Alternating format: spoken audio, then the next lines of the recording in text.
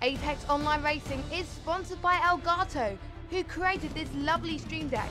For more information about the Stream Deck, the link is in the description below.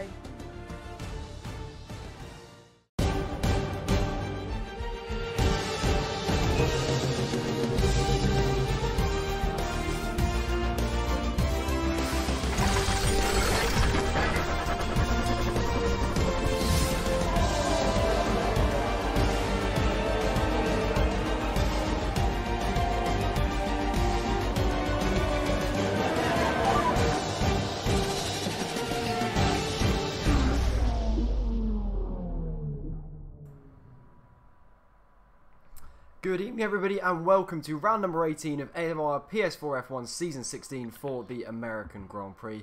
I'm Ali Kid and joining me in the comments box as always this evening is Gaming Ali Monda.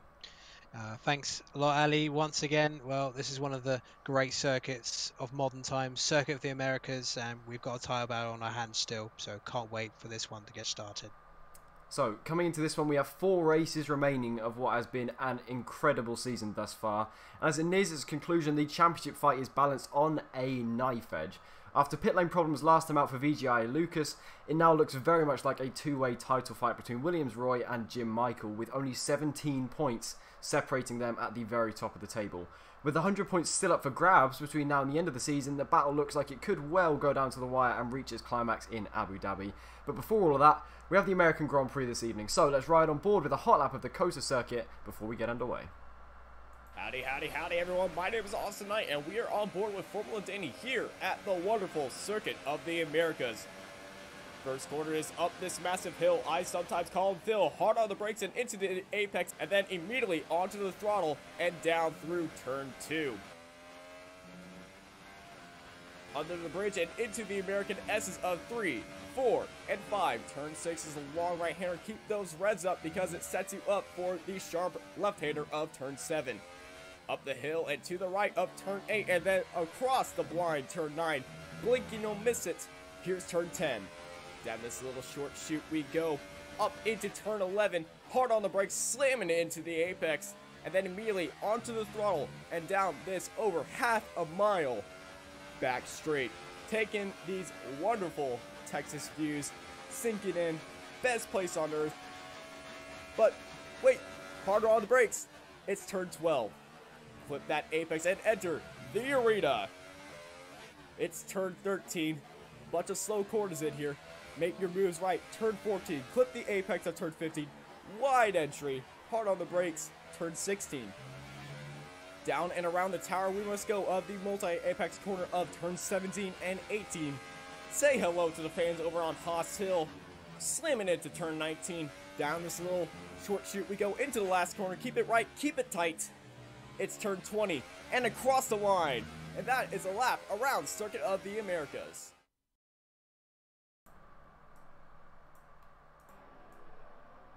So, some big news then at the start of qualifying. We are going to have a wet start to this race. We have a dry qualifying session followed by heavy rain at the start of the race, which is certainly going to throw a few things up in the air. Yes, well, we haven't had too much wet running this season of the heavy rain tyres, so at this stage of the season that's going to jangle the nerves of the championship contenders just a little bit. Might even give Lucas an opportunity to get his slim championship hopes back on track, but as you mentioned earlier, Ali, I think realistically 48 points in 4 races to regain, given the form of Michael and Roy, it seems unlikely to me.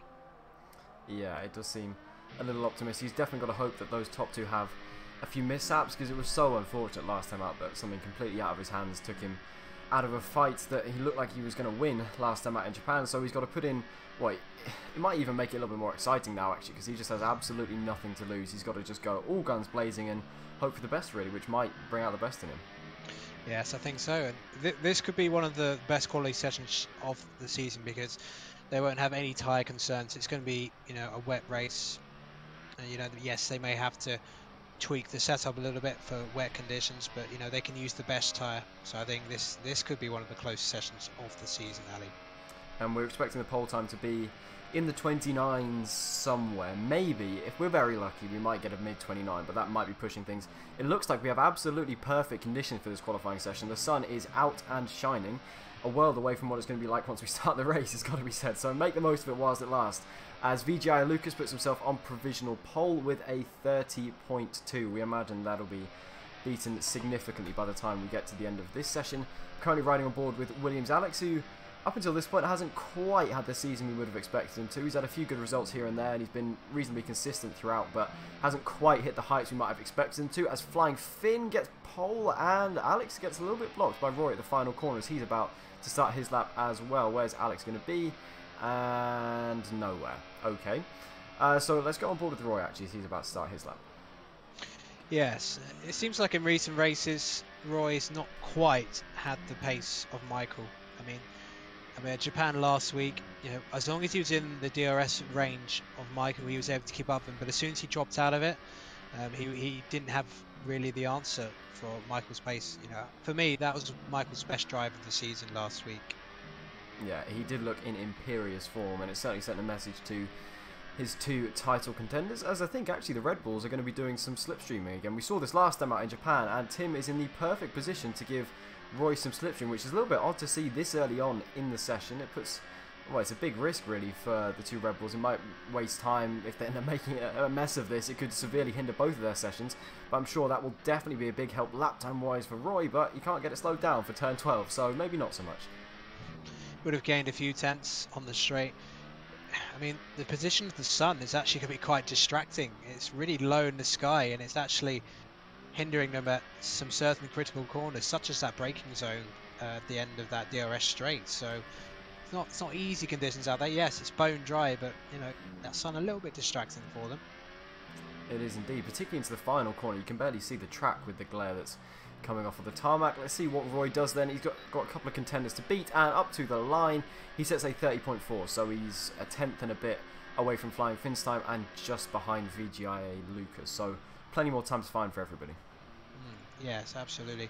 Just saying, well, Michael actually invalidated his first lap and then did a 1:37.39 for his second run.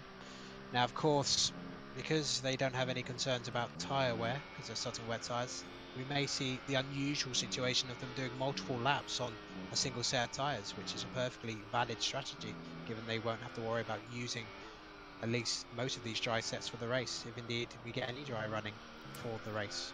Yeah, it means we certainly won't be seeing any alternate strategies going on in this qualifying session. Everyone will just be pushing to the limit, making the most of all the tyres that they have available to them, and just throwing everything out the window and going for all-out pace, which is what we like to see. It will be interesting, actually, whether any of these drivers do go for a more compromised setup. You probably, considering it's wet, and particularly this track as well, I would imagine you probably don't want to be running particularly high ballast, as it might get just a little bit lively in the wet. Absolutely. And I think the ultimate pace we might have seen for this session may be a few tenths less, because they're going to have to compromise their setup a little bit if the majority of the race is going to be in wet conditions.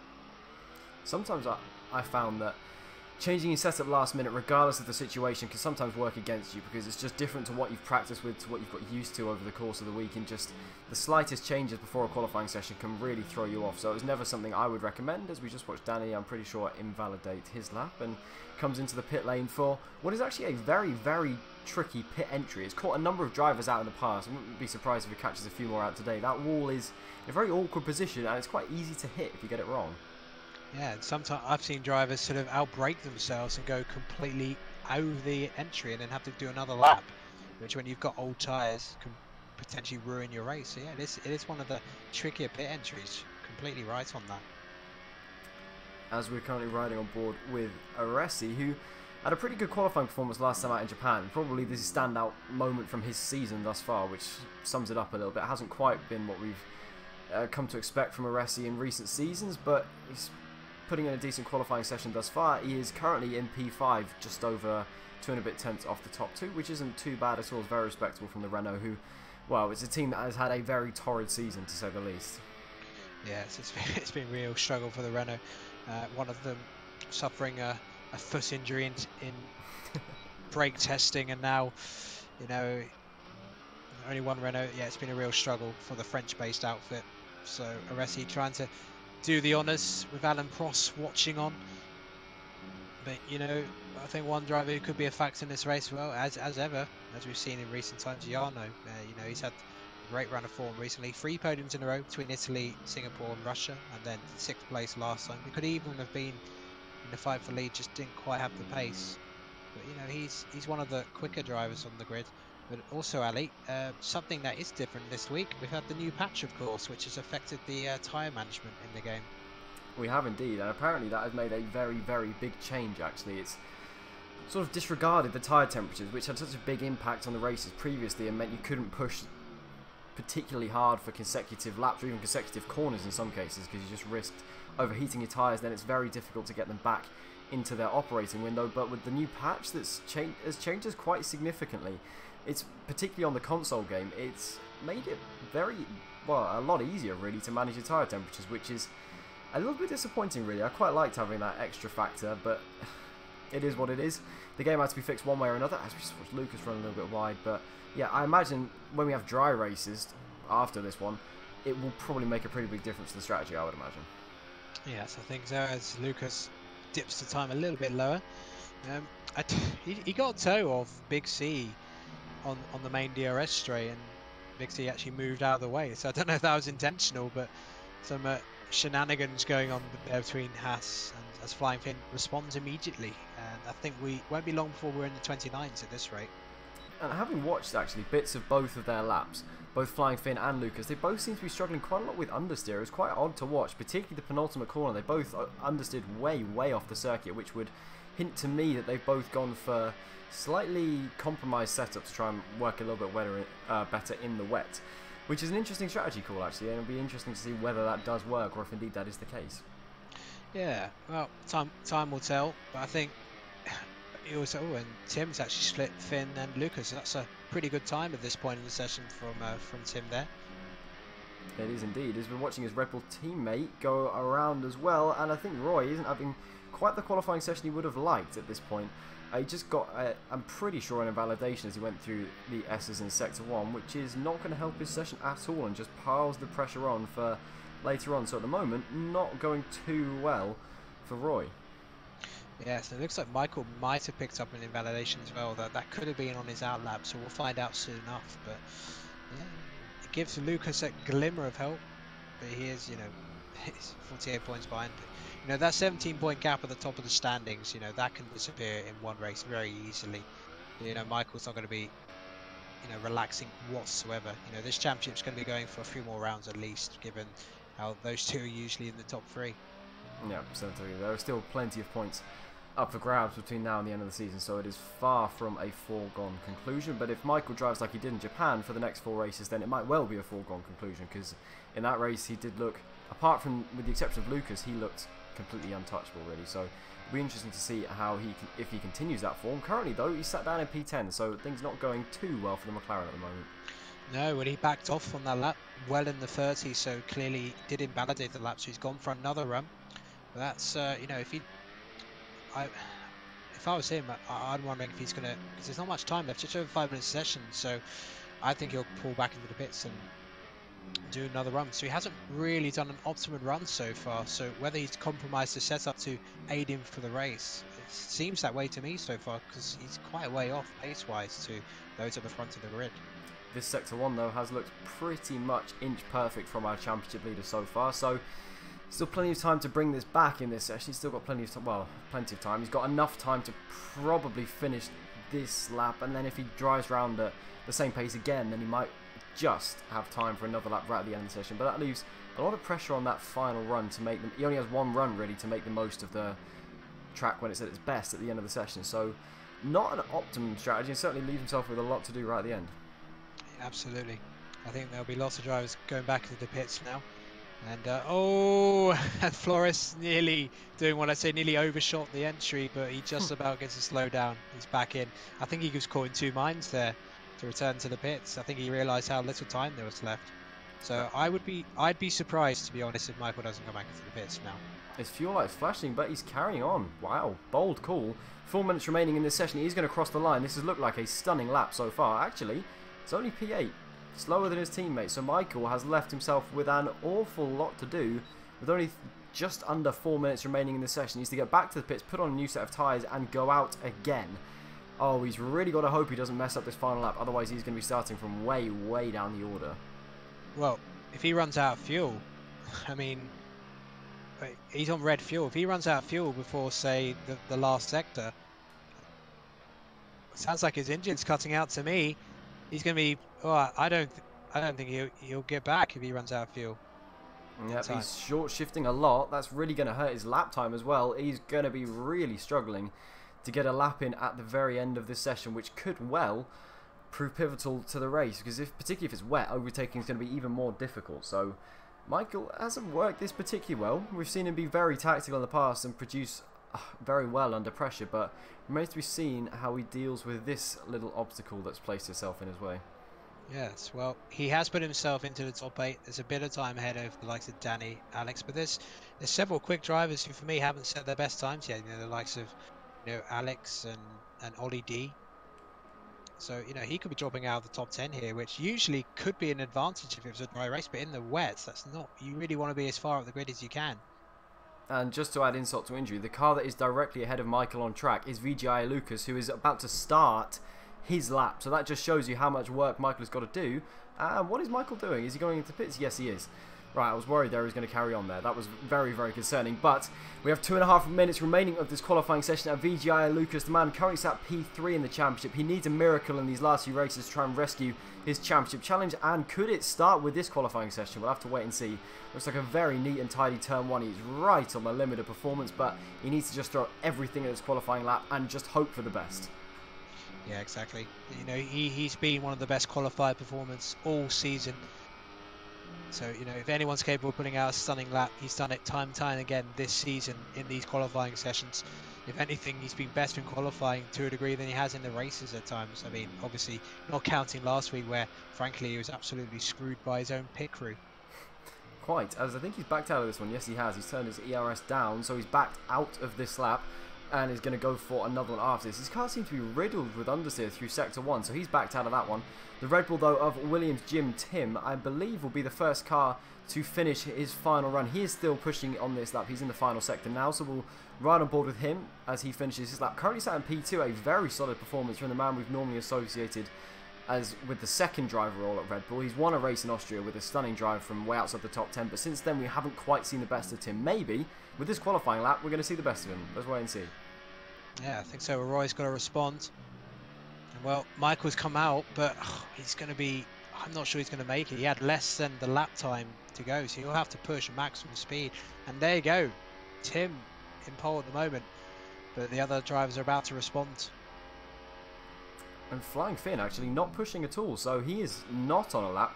One person who is, though, is VGI Lucas, who backed out of his first lap, but he's going once again. Let's see if he can hold this one together a little bit better. Opting for second gear rather than first through turn 1 this time, so a little bit of a change in driving style between this run and his previous attempt. Let's see how he manages the first sector this time. Now, is his car looking a little bit more nimble? It did look very, very understeery last time, and again, it still doesn't look like it's responding particularly well as he's wide of the apex of that left-hander once again. So Lucas's car not looking like it's quite on form. Here he's very wide as well. Yeah, very wide. It doesn't look like a particularly tidy lap so far. I wonder what, I'm trying to see if the Red Bull team are trying to do some slipstreaming again. No, Roy's got no such support this time. Michael has definitely failed, so he's not going to be higher than P8. Oh dear, that is a disaster for our championship leader. He has left himself an awful lot of work to do in this race, and that could well be pivotal in this title battle, as Lucas has actually caught up to Roy, who is not on a lap either. So Roy and Michael currently down in P7 and P8. We said that Lucas's championship bid had ended after Japan when he had that pit lane nightmare. If he can nail this qualifying lap and then nail the race as well, he could well be back in with a fighting chance with 3 races remaining after this one. So as he goes through the triple right-hander and into turn 19, the penultimate corner, this is one of the trickiest corners anywhere on the calendar, and it looks like he has nailed that to perfection, running slightly wide and opening up the final corner as much as possible. What is it going to be for Lucas? This lap has looked pretty decent up to the line. And he's hit the Toro Rosso and not improved much at all. So he remains P4. I was expecting maybe a little bit more from the Haas car there. Yes, well, I have to say, this is not the qualifying session we expected. And Flying Finn's back in the pit. So it looks like Tim has picked up his first pole of the season. But Ollie D's still going around on the lap. As it well, Obi Kink is back in. Clarkey coming around the final corner, might gain a few places, and does up to P13 to Ollie D, last one I think. And he remains P15 as well. So the checkered flag falls on what has been one of the strangest qualifying sessions we've seen in a while. That, I have to say, was not what we expected one bit. No, well, big congratulations to Tim. I mean, that was certainly a surprise pole sitter. I'm not sure he's had a pole position this season. I'm going to just have a quick look at the stats. So let's have a look at Tim. I don't think he's had one this season. So that's brilliant stuff from the Red Bull driver. But it doesn't really do his teammate much help because he only finished P7. So I think Michael won't feel so bad about that qualifying session, given that neither of his tyres rivals, close and outsider, really took full advantage of his mistakes. Yeah, indeed. I mean, that is a huge chance wasted for Roy and Lucas to gain some points back on the championship leader. And they will very much be kicking themselves there. But still, there's a full race ahead of us, so it'll be interesting to see how many risks those two cars take. I would expect especially Lucas to be going very, very aggressive in this race. But there you go then, confirmation of the qualifying results. It is Williams Jim Tim with his first pole position of the season, half a tenth ahead of VSR Flying Finn in P2, with VGIA Flores, a good qualifying performance from McLaren, looking like he's slightly back on form now, ahead of Lucas in P4, with Jarno a strong P5 ahead of Aresi, and then our two title contenders of Roy and Michael, who've been split by the Ferrari of Alex as well. So Roy will be, well, loving his luck there, with Danny rounding out the top 10, then Curly, Alex, Clarkey, Leclerc, Ollie D, Ovidi King, Big C, Nardi and Alonso rounding out the grid. Yeah, very interesting qualifying session, but for a wet race, Ali, you know, you've done many wet races, I have as well. The best place to be is where the spray isn't, so that's on P1, and getting a good start, getting traction off the line in a wet race, very difficult. Wow.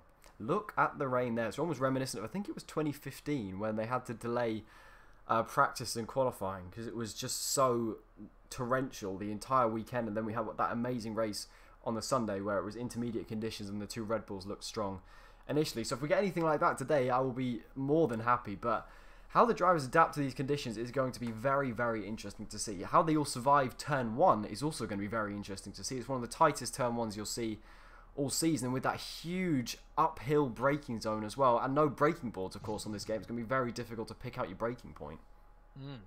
And it is intermediate conditions by the looks of the race director rather than full wets, so slightly different to what we were told. Does happen sometimes. It does indeed. The weather forecast, particularly in the F1 games, never the most reliable thing you'll ever hear, especially if it comes from your race engineer who seems to just invent the forecast at the best of times. But yeah, if we do get a bit of changeable weather throughout this session, that is certainly the most interesting thing about these conditions when people are deciding to make their strategy calls. I believe it was Russia we had that was that mixed conditions race that proved to be, well, divisive with their strategy choices. Let's see what tyres everyone's on. Everyone is on the intermediate compound tyres. This is going to be quite a start. Oh, it is. I mean, it's a very unusual turn 1 here. It's uphill, blinds turn 1. Very tricky to get your braking point with no racing line, as these drivers have to deal with on a weekly basis. And I tell you what, even though it's into running, this is a lot of surface water.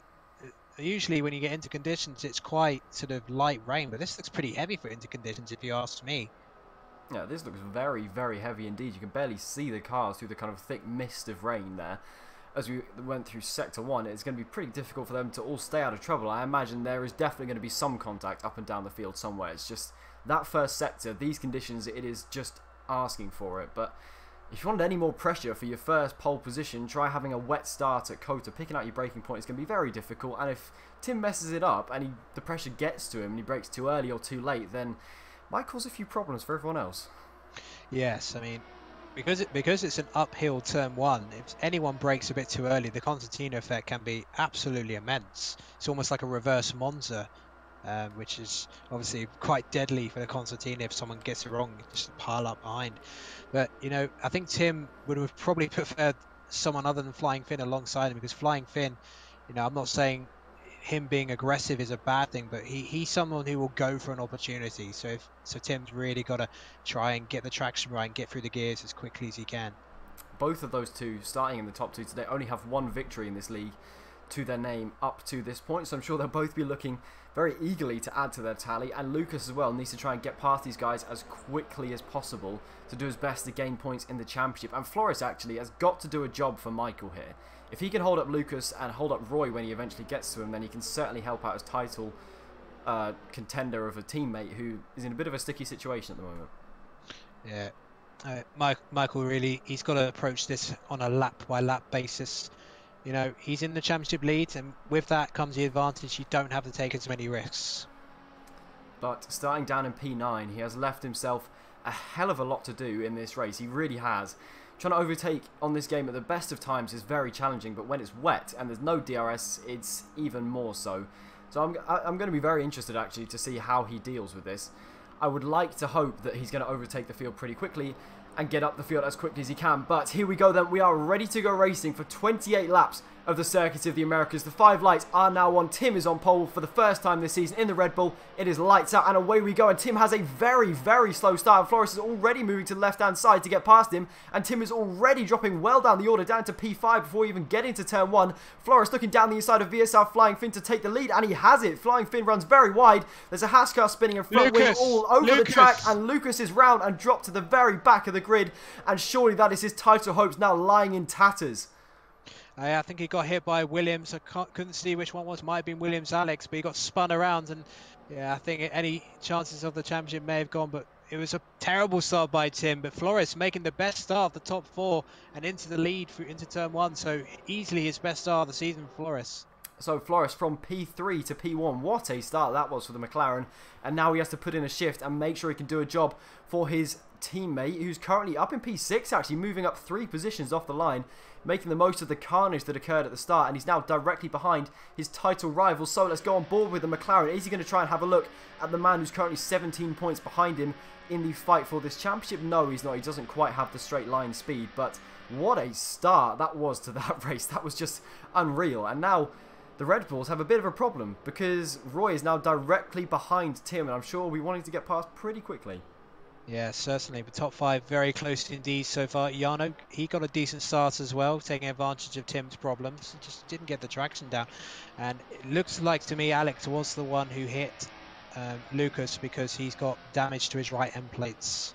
Oof, that's really going to hurt in these conditions at this track. So many high and medium speed corners, and particularly in the wet, wing damage is the last thing that you want. So as we come round to finish lap 1, then what a lap that was. Everything happened pretty much, and it looks like at the moment we have very much a two-way title fight after that disaster for Lucas, who's now worked his way back up into P15. So he's overtaking cars left, right and centre as Roy and Michael are going side by side on the straight. No, not quite. Michael's sitting behind again, but he's very, very close to the back of that Red Bull. I'd be surprised if he isn't going for a move before long. Yeah, I mean, he's got to get past that Red Bull soon. Tim's clearly struggling at the moment in these conditions. Might suggest he's running a bit more of a dry setup, which is why he was in pole position, but it can bite you when you're in these sort of conditions, because this for me looks far worse than normal inter conditions. It's bucketing it down here. I wouldn't be surprised if it goes to full wet conditions before long. It does look like some kind of monsoon is occurring out on the track, and barely anyone has any grip as we ride on board with Michael going very, very wide at turn 7. That is not an ideal line whatsoever. He's dropped back slightly from those 2 Red Bulls. But everybody really still in this top 6 train is very, very close together. A bit of a split has developed between Michael and Leclerc, but other than that, the top 6 are running nose to tail pretty much. Yeah, Lucas has gone for a dive bomb at the hairpin. It's a good overtake. It's going side by side with Alex, battle for P13. Alex will have the inside. Seems to lack a bit of straight line speed, but he'll have the opportunity though to go braking up against him. So Lucas is probably the first car he's had to overtake where it's not going to be that easy. Lucas's charge though continues, and he moves himself up into P13. Remember, he was down in P19. You actually had a few pitters on lap 1 as well, with Nardi, Overdeking and Aresi making their way into the pit lane, clearly involved in that turn 1 carnage. Oh, you really have to feel for Lucas. The man cannot catch a break at the moment. The pit lane problems with that glitch last time out in Suzuka, and now this. We need to watch back what happened at turn 1. Obviously it's hard to make a judgment now, particularly with all the chaos that was occurring, but you have to say that's just so unlucky for the Haskar. Yes, one thing that looks clear to me is that, at least in terms of midfield, Lucas has far more pace than most of the cars in front of him, except maybe the race leaders. Just going to see what his lap time is. No, not quite. Well, he was fighting, of course. But he's actually only 10 seconds behind the leader, despite that spin. So, you know, perhaps the wind's gone, but you never know. There's so many laps to go, and you know, he looks like he's got good pace, so he can maybe still get that back. And with this lead train as close as it is, you wouldn't be surprised if there was significant battling that went on at various different points in this race. So there should still be ample time for Lucas to catch up if he has the pace, if he can remain consistent. If any incidents, any battles happen up here, then he certainly has a chance. As if you just look at the rain, we're riding on board with Roy at the moment. There is just so much rain. He barely has any grip, and you can barely see in front of him as well. It really does look like it's full wet conditions at this point. As Michael dives down the inside on his championship rival, Michael looking to get the move done, but can't quite do it. Has to sit behind for now. That looked like a very opportunistic move from the McLaren, but on that occasion didn't quite work out. Michael, though, looking very, very eager to make a move. Yes, I think he's just giving Roy a little bit of a reminder that he's there. But I think Roy had the advantage because he could get the toe of his teammate ahead to stay ahead. Lucas has already caught up to the back of this mini train of Curly, Ollie D and Danny MG and Clarky, and they're having a fierce scrap for the lower orders of the points right now. As Ollie D scrapping away with Danny MG. Veloce Ollie D is one of the drivers you would expect to be very fast in these conditions. That was one of his traits as a driver back in season 14 when he won his championship, was he was just unbelievably fast in mixed conditions. So I wouldn't be surprised if he really flourishes in these conditions and works his way up the order and shows him, or shows us really, the ability that we know he has, that he's shown in previous seasons but hasn't quite demonstrated on as many occasions as he perhaps should have done this season. As Floris at the fastest lap of the race, and at the moment is managing things very, very nicely up front on his own, which is not something we say very often about Floris. No, well, you know, he kind of goes to pieces as the race goes on, but so far it's been perfect. He made one of the best starts I've seen this season. I was on board with him, and it was just really lit up the tyres straight away, and he was past everybody before they even got to turn one. And yeah, good pace so far, but it's not nowhere near secure or less than a second. And I'm just keeping an eye on Lucas, really. He looks so much quicker than the cars ahead. He almost looks like he's running on dries. That's how much advantage he has. But you know, the cars ahead, it's a lot of traffic to get through.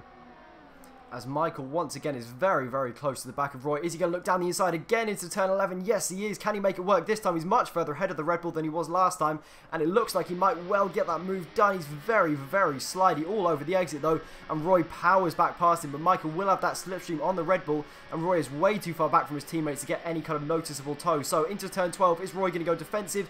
Yes, he is, and Michael goes very cautiously to the outside. Roy encroaching on his space a little bit, but leaves him enough space that they don't make any contact. And for now, Roy survives in P5, but Michael again looks down the inside into the next corner, and these two title rivals still going side by side, battling it out for P5 here. Is Michael going to look down the inside again? Yes, he is. What a move this would be if he could pull it off. And Roy's run slightly wide, and Michael has got it done. What a move that is. But they're going to go side by side through the triple right-hander. Surely that is not a good idea in these conditions. The two title rivals going wheel to wheel at USA, and they're still side by side. Michael carries it around the outside and dives down the inside into turn 19. What a move that was.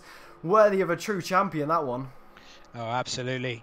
I mean, Roy fought extremely hard for that. But, you know, Michael, his car looks very oversteery, but he's using all that speed he can, and he got past there. It was a great move in the end.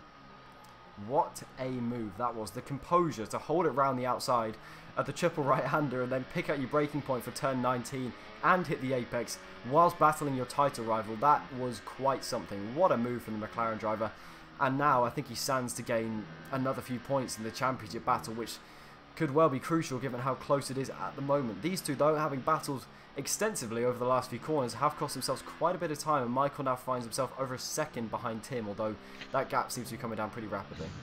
Yes, now this could be a thing of a moment. Can Tim play interference and bring Roy back into this? Because I think at this point in the championship, with so little races to go, you know, Michael, he's going to be thinking less about wins if they don't come up. He's thinking more about playing for percentages, beat his title rivals, eke out those gaps a bit more. And that was what that was all about. He took the risks against the driver that mattered the most. And it certainly paid off in the end. That was, yeah, some move. Up there with move of the season, I think. If you think back to Lucas's move around the outside at Eau Rouge, that's probably got to be up there as well. But that, again, is going to prove pretty stiff competition, as we're riding on board with Jarno, currently riding in P3, just behind Flying Finn. He's really harrying that Toro Rosso, and Finn likewise to Flores, who up until this point hasn't been able to pull away.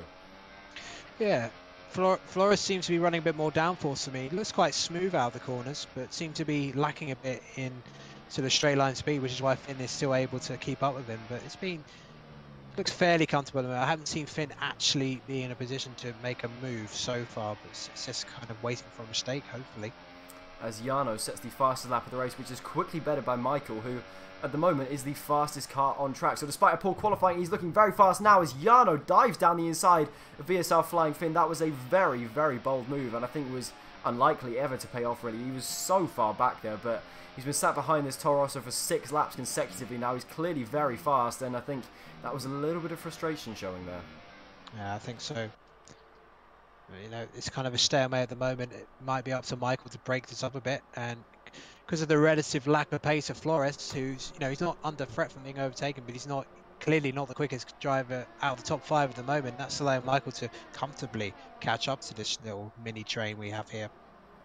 So Michael, before long, might well be challenging for a podium in this race, as Jarno is closing right up to the back of Flying Finn, who had a very poor exit out of turn 11. So down what would be the DRS straight into turn 12. I think Jarno could well be close enough to go for a move here. He's running in overtake ERS mode, but he's not gaining anything at all in the slipstream. Surely he's got to go for a dive here, though. VSR Flying Finn moves slightly defensive, and Jarno's happy to look for the outside and go for a cutback line instead. Can he get good enough traction to fight with the Toro Rosso into the next right-hander? Yes, he can. But that's not quite enough, is it? He's all over the curb on the exit as well, and he can't quite find a way through. Flying Finn surely's got to go defensive here. He hasn't, and that's allowed Jarno to dive back down the inside.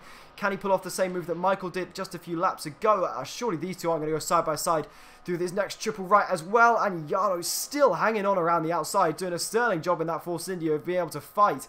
And what a move that is from Jarno, doing exactly what Michael did and moving himself up into P2. Yeah, and it looks like Lucas is about to do the same thing to Curly. It's pretty much identical sort of move, and yeah, he gets it done. So he's up to P11. But yeah, brilliant stuff from Jarno. Really brave move around the outside.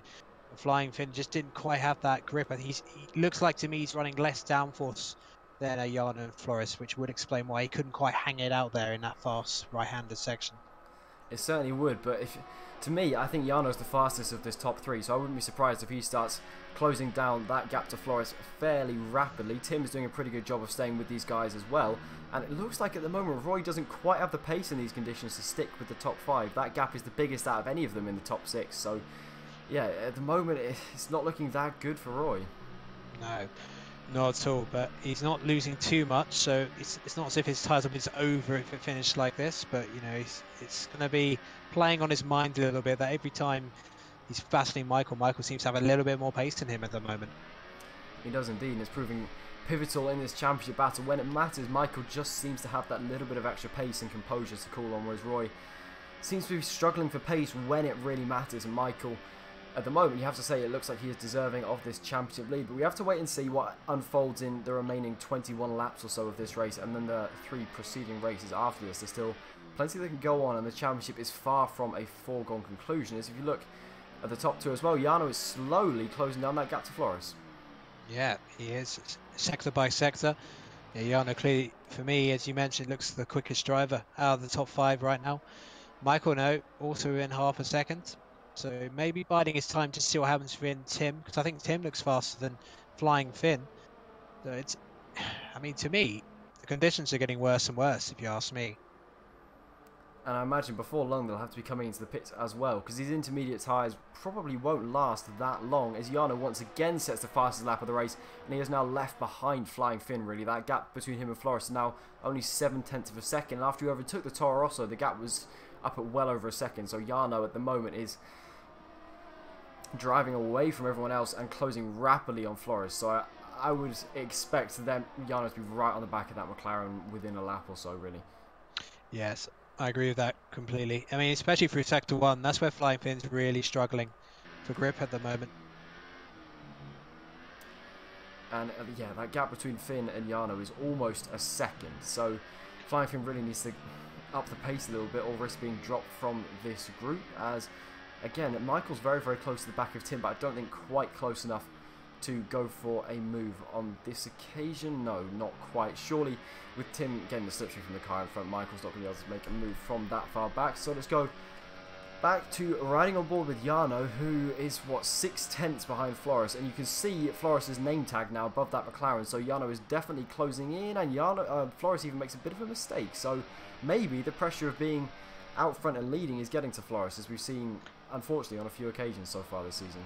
He's had an excellent first stint so far, Flores, but now he's probably under pressure for the first time in this race from someone who's generally slightly quicker than him.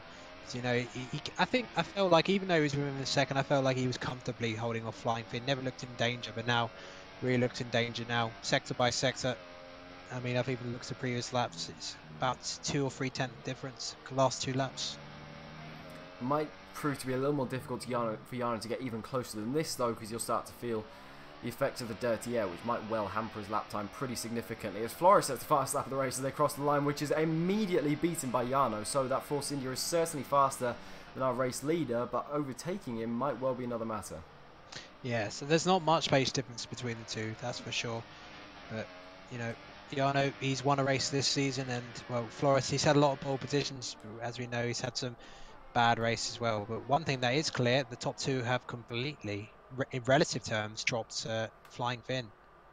Yeah, they certainly seem to be the fastest of this little group. So showing their unfortunately not showing their championship credentials at all, really, as Flores and Jarno are both well down in the championship compared to the guys they are fighting with. But if we look a little bit further down the train, Michael is still all over the back of Tim. That gap is the closest in this train, so 3/10 is very, very close, and I think Michael could be looking for a move as we go down into turn 12. No, not quite. I think Tim's probably got just enough of an advantage to remain ahead for now, but I imagine that's another little battle we'll see unfolding within a few laps' time, because Michael certainly seems to have a bit of a pace advantage.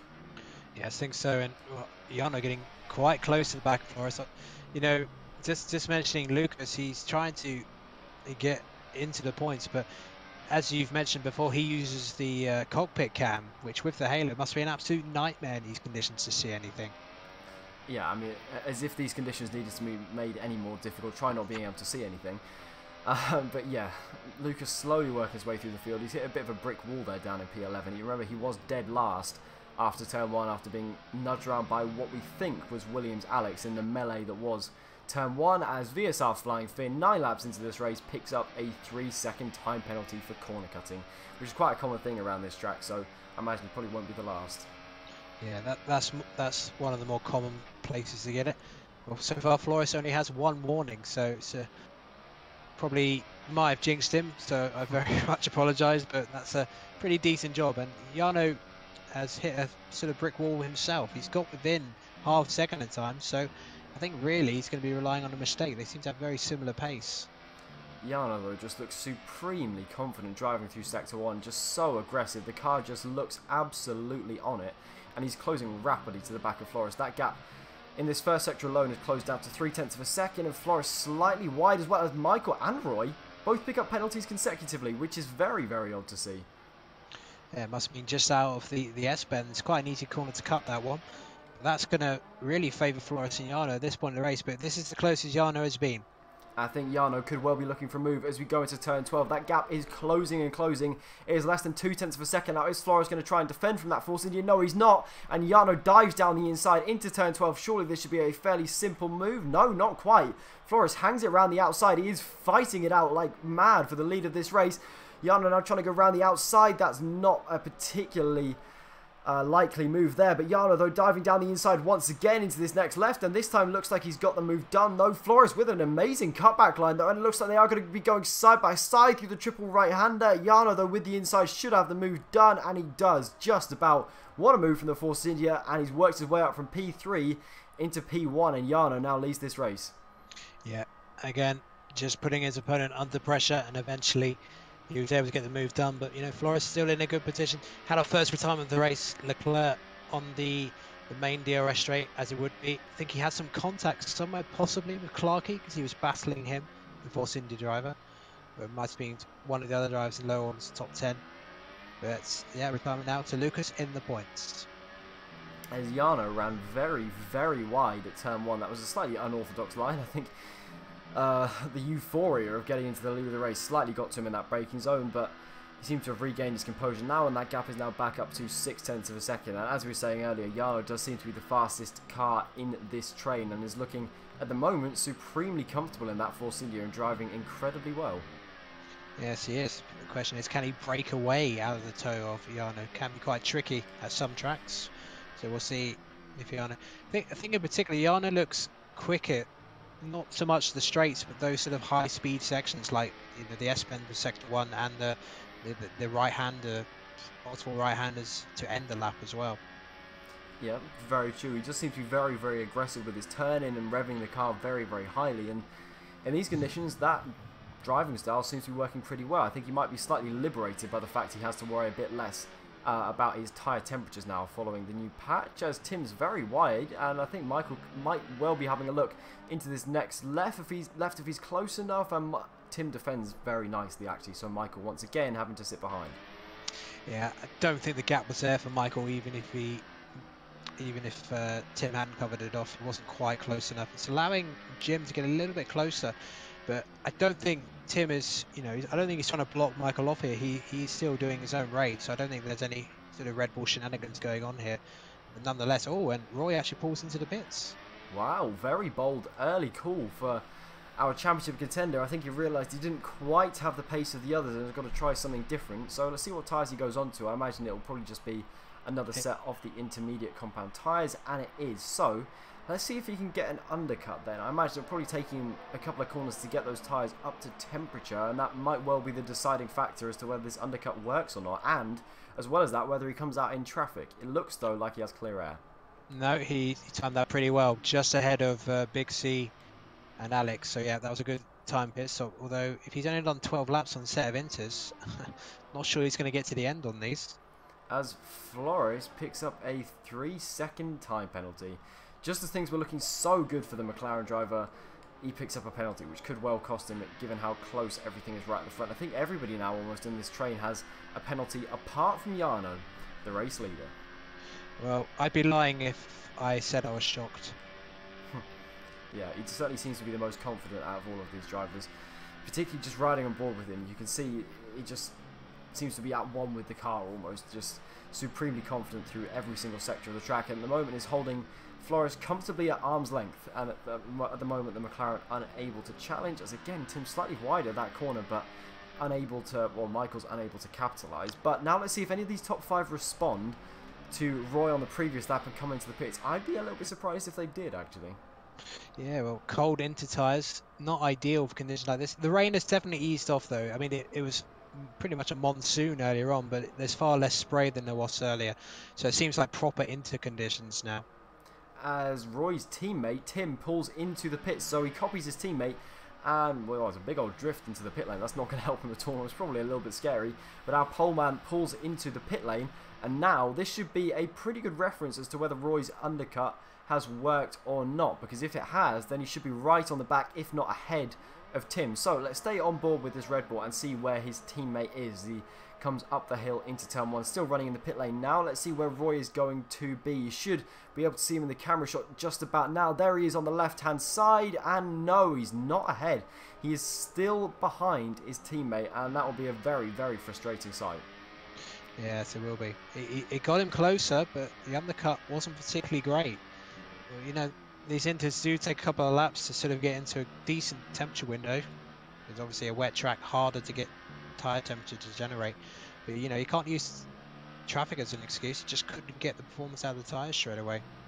But Tim right now though might well be vulnerable, so Roy's got to push like mad and try and make the most of the fact that Tim is on colder tyres, and it might take him a little while, probably half a lap or so, to get any kind of temperature in those tyres and get used to what a new set of rubber feels like on this track. But I think unfortunately for Roy, he is not quite close enough to go for a move into turn 12, so he will have to sit behind for now. Michael though, he can really make the most of this. With those 2 Red Bulls pitting, if he can produce some decent lap times on this set of intermediate tyres, even though it must be pretty warm by this point, if he can just keep going in this rhythm, he's closing rapidly on Flying Finn, he might well be able to capitalise on the fact he's doing an overcut. Yes, I mean, I'd be surprised if he pitted. I mean, he'll be looking, if there's not going to be any dry running this race, I'm sure he'll be looking to do... Oh no, he pits, and Flying Finn at the last second changed his mind as well and pitted. So yeah, Michael responds to the Red Bulls. So let's see where these two Red Bulls are in comparison to Michael and Flying Finn. And I would imagine both of those two cars will be ahead of the two Red Bulls. Roy has been harrying Tim all lap. That gap was down to just over 1/10 of a second at one point. But crucially, let's see where Michael and Finn come out in relation to these two then. So up into turn 1, let's see if we can see anybody coming out of the pit lane from they're going to get him. Point of view. And there's Flying Finn and there's Tim. And is Roy going to be able to get Michael as well? He's on the outside into turn 1, and it looks like he is ahead of Michael comfortably, actually. So, Michael now finds himself behind both Red Bulls, and Flying Finn and Tim are very, very close together. Tim, though, just about having to settle behind Flying Finn, who must have had a minor heart attack coming out of the pits as seeing two Red Bulls right on his tail. Yeah, I think Michael got held in the pits slightly because he was in the garage. And I think Flying Finn's tour also held him up slightly because he's ended up like nearly 2 seconds behind the Red Bulls, and he was ahead of Roy as well. So I think it was partially the undercut, but also Michael's pit stop didn't look optimum to me. Yeah, that certainly shouldn't have been as long as it was, because if you think that Michael was, what, 8/10 behind Flying Finn when he came into the pits, if you look at that gap now between the McLaren and the Toro Rosso, that is certainly visibly much bigger than 8/10 of a second. So it'll be interesting to see in the post-race discussion what on earth has gone on there and why Michael has lost some time, but he will be cursing his luck at the moment because that has really hampered his race. Yes, I bet there's a wry grin of Lucas if he hears about pit bombs and McLaren, probably hoping that Michael had a 30-second problem like he had at Suzuka last week. And speaking of which, he just did a simple move on Aresi to move up to P15. He actually pitted the same lap that the Red Bulls did, I believe. I imagine Lucas, though, would probably have been going for something very different just to try and get past anybody and go for an undercut to clear that traffic as quickly as possible. So he's currently sat in P13 as our two leaders pit. Both Jarno and Floris have come into the pit. So let's go on board with Jarno and see what he's doing. He's going to come out of the pit lane and up into turn 1 right about now. And I imagine he should have a fairly comfortable gap to the guys behind. You can't see anybody else in camera shot. And where's Floris going to be, though? This is going to be very, very close with Tim looking round the outside. I think VSR Flying Finn is ahead of him. He is. Can the Red Bull get ahead as well?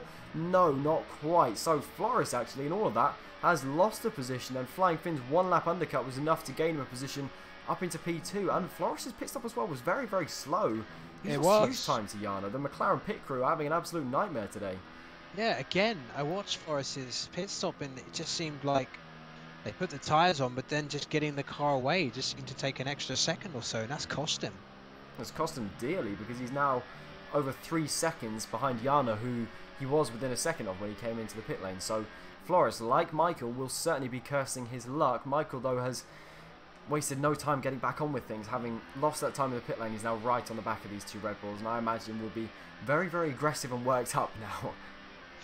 Yeah, absolutely. But he will have the advantage. He's got, he's got 2 laps fresher tyres than Roy, and we have a question mark if the conditions carry on like this, if Roy can actually get to the end of the race. I mean, he'll have to do some tyre saving because he pitted after 12 laps for that set of enters, and it's 28 laps here, so he'll have to do a bit of tyre saving, you'd imagine, unless of course he was just doing it for a strategic point of view.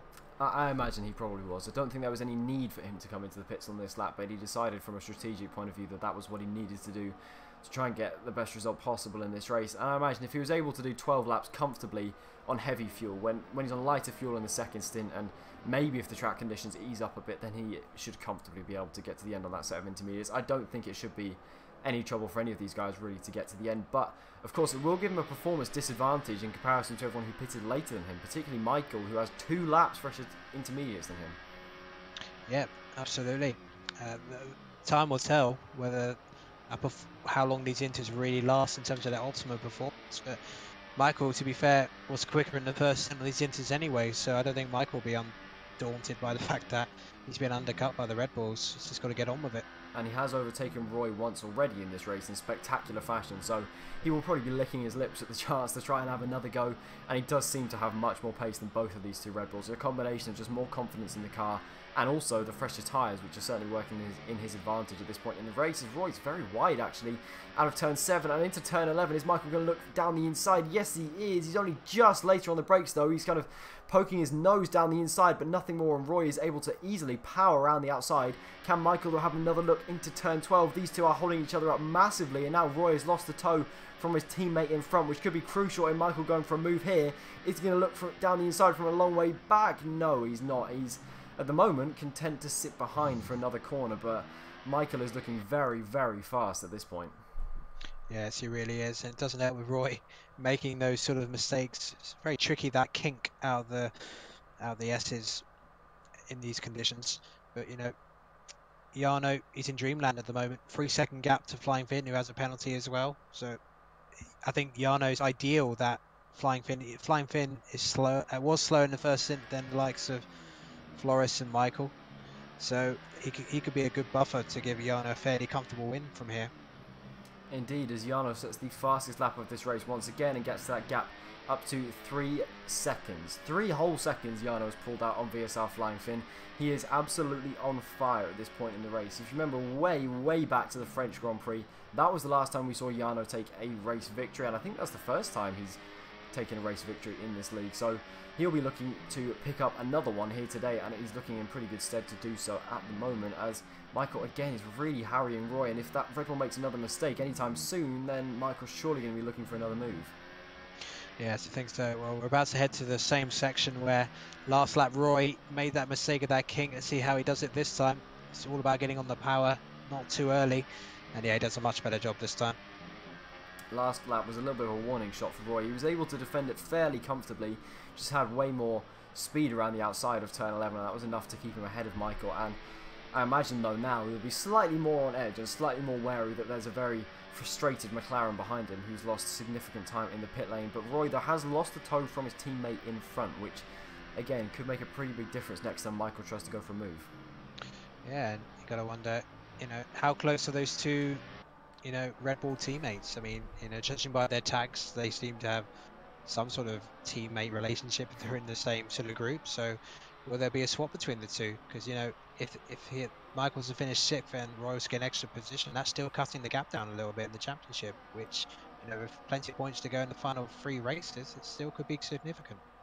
Still though, just over 10 laps to go in this race, so I imagine this scrap between the Red Bulls isn't over just yet, and if Tim is held up at all by Floris, battling at all with him, then I imagine Roy will be pretty eager to get past as quickly as possible. But we cross the line to start lap 18 of 28. It's set up perfectly for Jarno to take victory in this race for Force India, and a VSR Flying Finn in P2 is being harried by Michael's teammate Floris for P2, and followed by the 2 Red Bulls of Tim and Roy, and then Michael looking like he has a lot of pace but frustrated down in P6 after a very slow pit stop dropped him behind both of those 2 Red Bulls as Nardi retires from the race, and he's our 2nd retirement. Not entirely sure what's happened there. Be interesting to see if we have a safety car. I imagine we probably won't, given by the previous record of safety cars in this league.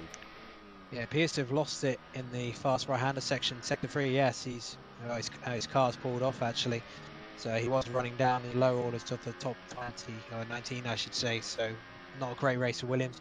As it stands, actually, Jarno will be moving into the top 4 of the championship above Williams Alex.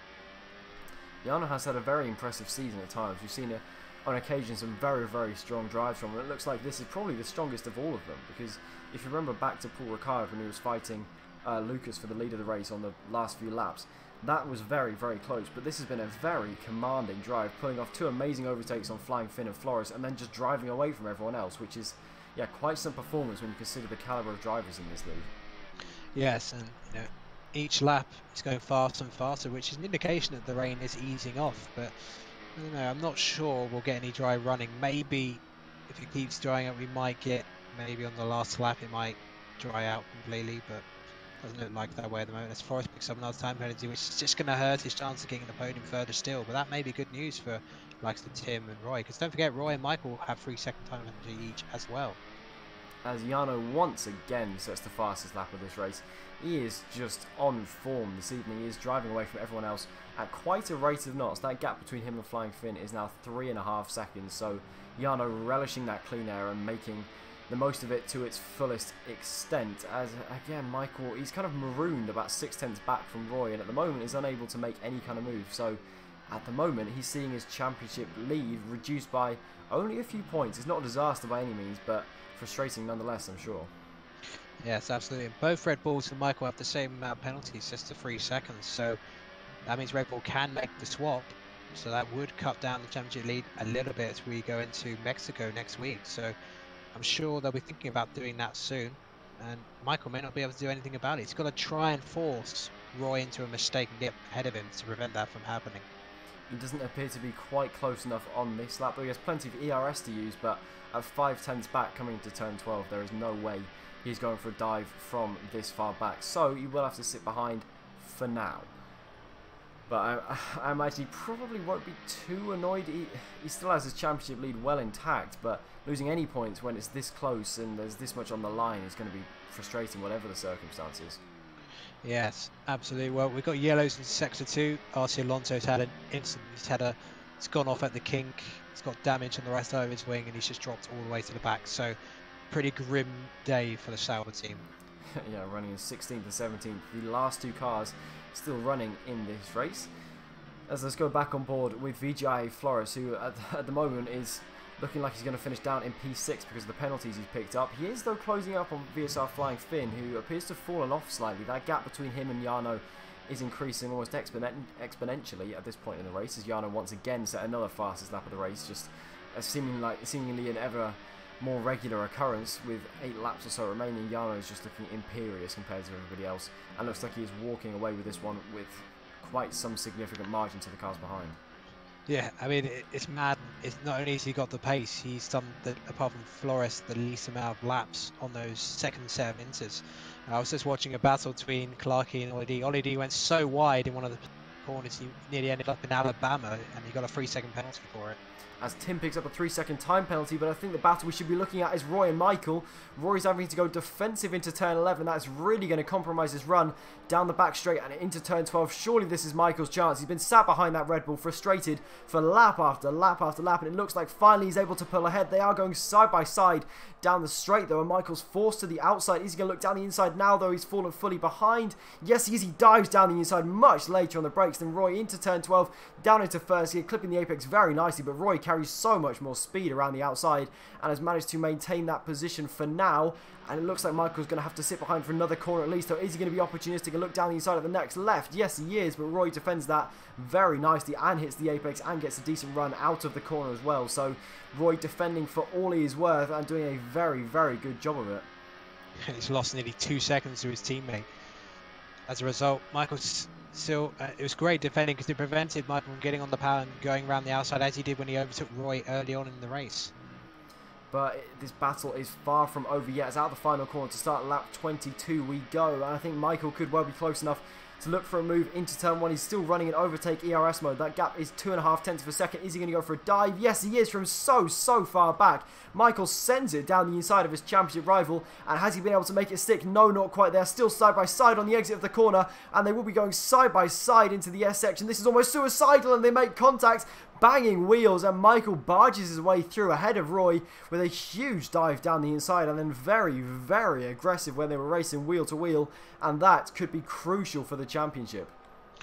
Oh, well, that was seconds from disaster there, but Michael was almost off the track entirely as they bang wheels. Luckily, there was not a major contact between the two. But yeah, Michael gets the move done. That's a crucial move in this race and could be, in terms of the championship, a big moment. And that's the second time in this race as well, notably, that Michael has ended up behind Roy and then unleashed a mega overtake with some huge confidence to go for that kind of move, and as well for the one in the first stint as well. So a very, very strong performance from Michael, given how weak he was in qualifying. So I'm sure up until this point he will be fairly happy with the goings on in this race. Roy, though, must be very frustrated. Hasn't quite had the pace to keep Michael behind him, and he will probably be feeling slightly aggrieved with that move as well. It was very elbows out, to say the least, from Michael. Yeah, opinions may vary on that one. Wouldn't mind having a look at that from both perspectives again. It's sort of borderline. Sort of just threw it in there into the S's, and luckily Roy left just enough space and no damage for either car. As Jarno finally gets into the 44s, he is absolutely flying. As his car gets lighter on fuel, he is just getting faster and faster. The tyre wear isn't affecting him one bit, and that gap between him and Flying Finn is now almost 5 seconds. Jarno's just looked untouchable today. Yeah, it's been a sensational drive from him so far. So we're not talking quite Schumacher Barcelona 96 levels, but his performance in the Inters has been sparkling compared to the rest.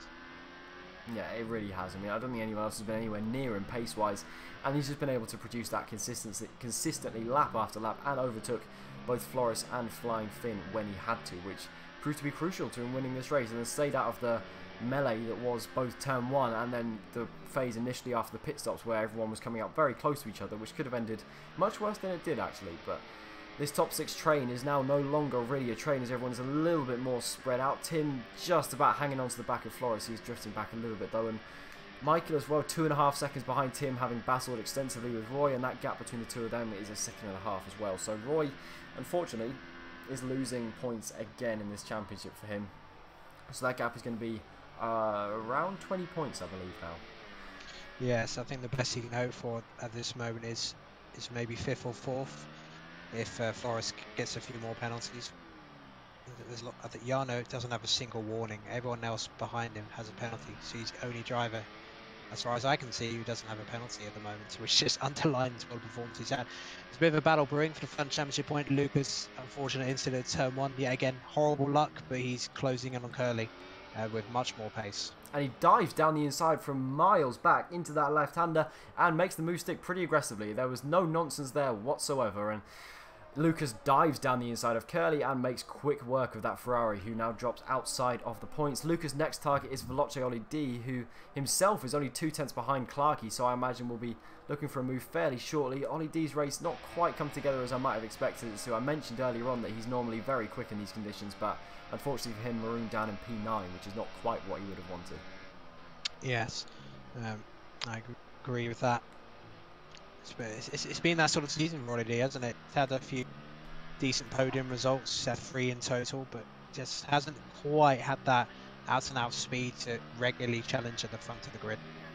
No, which is a bit of a shame to see, but I'm sure he'll be back fighting next season should he choose to sign up. So, with 5 or so laps remaining in this race, the battles to look out for seem to be between Flores and Flying Finn, battling it out for P2. They seem to be the only two who are close enough really to fight. Tim is just behind these guys as well, but not quite within striking distance, at 8/10 behind Flores. So should Flying Finn make any kind of mistake, then Flores is going to be even more in the back of his car than he is now. Yes, Flying Finn looks like he's struggling a little bit at this stage. Only saving grace for him, he has less penalties than the 2 drivers behind him, so still looking good for a podium. I think he can forget about winning this race though, frankly. Yeah, I mean, that gap is now almost 6 seconds. Jarno's just so much faster than everyone else. I think any chance he had of winning this race went straight out the window as soon as Jarno got himself into clean air, as Flying Finn again runs slightly wide, looking like he's desperate to pick up as many penalties as Flores and Tim have, which could certainly hinder his race at the moment. It looks like he's pretty set for P2 should he just be able to hold everything together, as once again, Jarno sets the fastest lap of this race. Yeah, conditions are improving lap by lap. I would be amazed if we get any dry running, so I think it's going to be into to the end from here, which for Roy being on the most laps is just going to add to the pain he must be feeling right now. Yeah, his pace really isn't on the same level as Michael, I don't think. That gap is now up to 1.6 seconds, so Roy fallen back considerably, and unfortunately for him that looks like it's the end of his challenge between him and Michael. For this race at least, he still has 3 races remaining to try and close what is going to be, I think, a 19 or 20 point gap, which is doable. All it takes is Michael to have 1 bad race and then Roy to capitalise with a decent string of results, but he's left himself quite a lot of work to do, it's got to be said. Yeah, I think so. But yeah, Mexico can be a funny race. We could see some unpredictable results. But, you know, it's more of a drip-free advantage for Michael, so, you know, I'd be surprised if it's settled today or next week.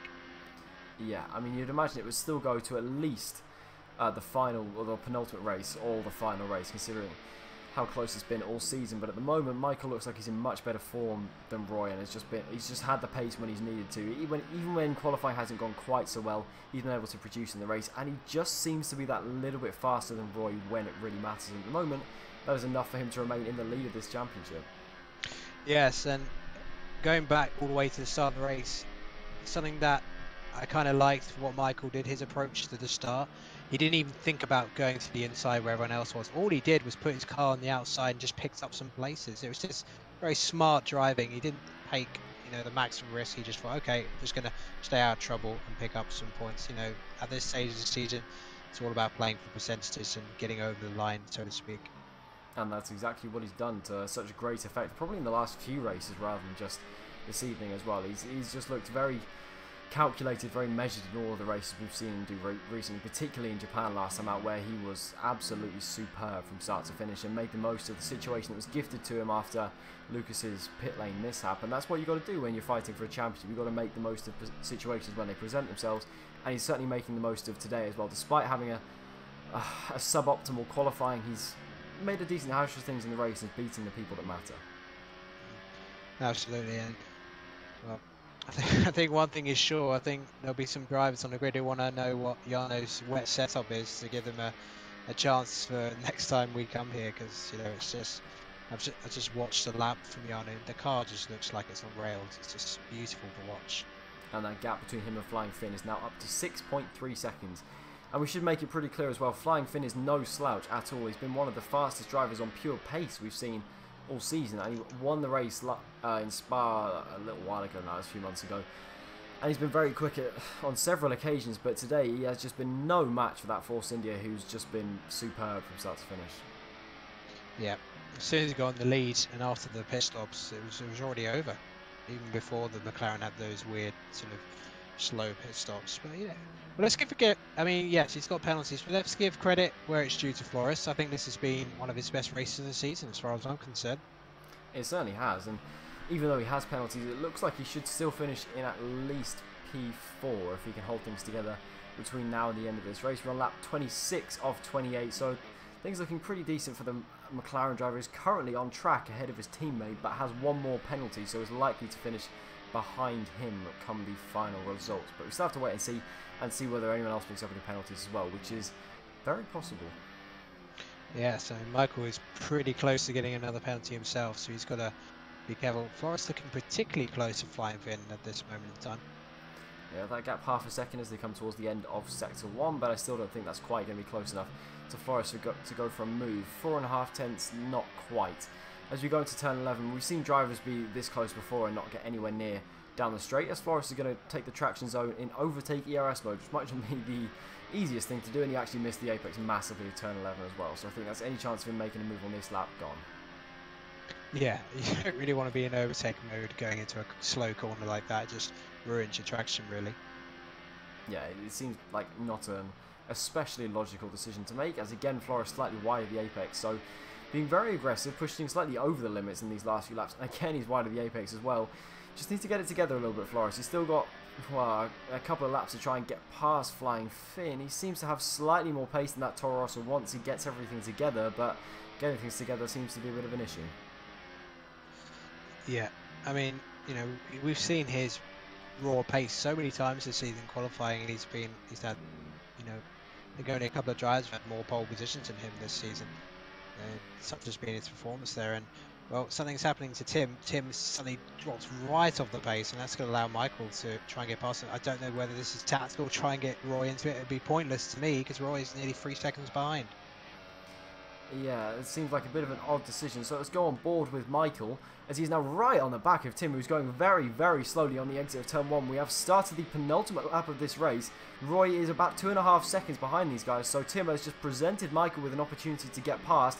Tim with 6 seconds worth of penalties and Michael with only 3. So Michael doesn't need to overtake Tim on track to finish ahead of him come the end of the race. So we just need to be a little bit careful here. Yeah, certainly has been. Well, seems like Tim's gone back on the base. He's actually in mode 1 battery at the moment, so has some more laps than Michael, only the 1 extra lap more.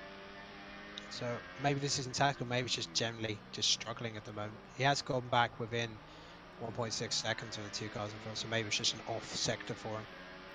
As Michael now surely's got to be looking to go for a move into turn 12. Remember, he has no idea that he has less penalties than Tim. Jeff wouldn't be that helpful in telling him anything like that kind of information, so he'll have to sit behind for now. Again, he's struggling with straight line speed a little bit in comparison to both of those Red Bulls, so is unable to make a move, as his teammate Flores is all over the back of Flying Finn as we're about to start the final lap here. Yep, 1 more lap to go. It's been a pretty intense race here for the drivers. You know, we've seen some great overtakes, but the sort of business end of this race has been less exciting, but it's been more about drivers. And Flying Finn getting a terrible final sector at the moment. It's like for Flores to get closer than ever. Flores now has a chance as we're about to start lap 28 of 28. He can sniff P2. That flying fin is all over the place, and he has been for a couple of laps now. So Flores, if he can get a decent traction out of the final corner, he could well have a look into turn 1. So here we go then. Can he challenge Flying Finn into turn 1? He looks to the inside and is much later on the brakes. Now that Toro Rosso, can he make the corner? Yes, he can. Hits the apex very nicely and looks like he will be ahead. Flying Finn is going to do his best to challenge him, but has nothing to fight with at all. Remember though, Flores does have 3 seconds more time penalties than Flying Finn. So in theory, Flying Finn should still be ahead of him come the final results if he can stay close enough on this lap. Yes, but Flying Finn does have a problem. He seems to be on red fuel before he even started the final lap, so that's going to really compromise his attempt to get back to Flores. He might run out of fuel before the end of this race. And these two have really fallen back into the clutches of both Tim and Michael. Michael only, what, 0.3 of a second behind Tim, so could well be having a look into turn 12. If he get decent traction out of turn 11, which he seems to have got, this is going to be his last chance to try and get past that Red Bull and sneak up into P4 in this race. Is he close enough though? That gap is 0.3 of a second. It looks like he's not quite going to be close enough into turn 12. No, not quite. So it looks like he will have to sit behind and be content with crossing the line in P5. But someone who has been absolutely imperious in this race, who's been flawless from start to finish, really. How many times we said that about drivers this season? That gap between Jarno and Flores is 8.7 seconds. That is just absolutely unreal. Today, Jarno has been absolutely untouchable. He overtook Flores, he overtook Flying Finn, and made the most of everybody else's mistakes during the pit stop phase. So, Jarno will round the final corner and come up to the line to win the American Grand Prix. What a drive from the Force India driver, destroying the entire field, finishing almost 10 seconds ahead of Flores in P2, with VSR Flying Finn in P3, and then Tim crossing the line just behind him in P4, and then Michael in P3. And actually the final results have both of the McLarens in P3 and P4 due to the penalties of Tim and Flores, and then Roy crossing the line in P6, and he's, what, 0.5 of a second too slow to try and get up into P5, so not a good day for Roy. No, this could be a pivotal moment in the championship. 15 points for Michael and Roy, significantly less than that, so the gap in the championship now well over 20 points. But Jarno finishing, I mean, this is probably one of the biggest gaps this season in terms of race victory. Nearly over 13 seconds for Jarno after penalties. You know, penalties all count, so it counts as the gap. And Jarno didn't get a single warning, so about as perfect a drive as you can get, especially in tricky conditions like this, especially as the start of the race looked to me like it was almost heavy rain conditions on Inters. Yeah, I think Jarno's drive today has probably got to be drive of the season. He's just been unbelievably fast from start to finish, and nobody's been able to get anywhere near him at all at any point in the race. As soon as he got out in front, it didn't look like he was under threat at any point. When we've been riding on board with him, he's just been supremely confident through every sector, and clearly deserves what is his second victory of the season after Paul Ricard way earlier in the season. It's been a little while since we've seen him at the front, but I think this drive more than makes up for that. Yeah, I agree with that. His second win of the season, whereas this front was very intense here, he has won it in some style. Flamboyant, brilliant. I think it's actually been since Monaco that we've seen this gap, this kind of gap between the race leader and the finisher in P2. It's been such a rare occurrence that we see such a dominant drive, simply because everybody in this league is so fast. But today Jarno has just blown them completely out of the water and completely deserves that P1. And Michael, you've got to give some plaudits to him as well. Started down in P9 and worked his way up to P3 by the end. That is a very strong result. Yeah, it's a really strong result. And yeah, the gap is significant now. Yeah, Roy has got a mountain to climb, really, if he wants to try and win this championship now. So I was running through the final results. Then Jarno, the only driver in the entire field not to pick up a penalty, finishing up in P1, 13 seconds ahead of Flying Finn in P2 once penalties were accounted for. Then Jim Michael, our championship leader, now by a significantly increased tally of points in P3, ahead of his teammate Flores in P4, and the two Red Bulls of Tim and Roy in P5 and 6, ahead of Danny, a very strong result for him in P7, ahead of Ollie D in P8.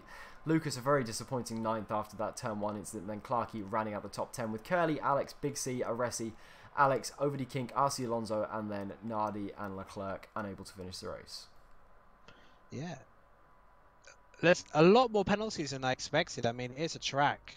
It can get a lot of penalties. It just shows how hard they were pushing, but they were just making too many mistakes. It just underlines how good Jarno's drive was. So, you know, Michael's on 260 points. Roy is on 236 after that race. So that's a 24-point gap between the top two. 3 races to go. 75 points available in terms of race wins. It is a tricky situation for Roy now. Realistically, Michael's got to have at least one shock of a race in the final 3. It's certainly doable, but he's certainly got to have luck on his side as well, which up until this point is something that's deserted him in the last few races. But on that note, that is going to do it for this evening's stream. So make sure you now go and tune into the Xbox and PC streams, which are going to follow this immediately. I'm sure they'll have very entertaining races as well. So thank you all very much for watching, and we will see you next week. Goodbye.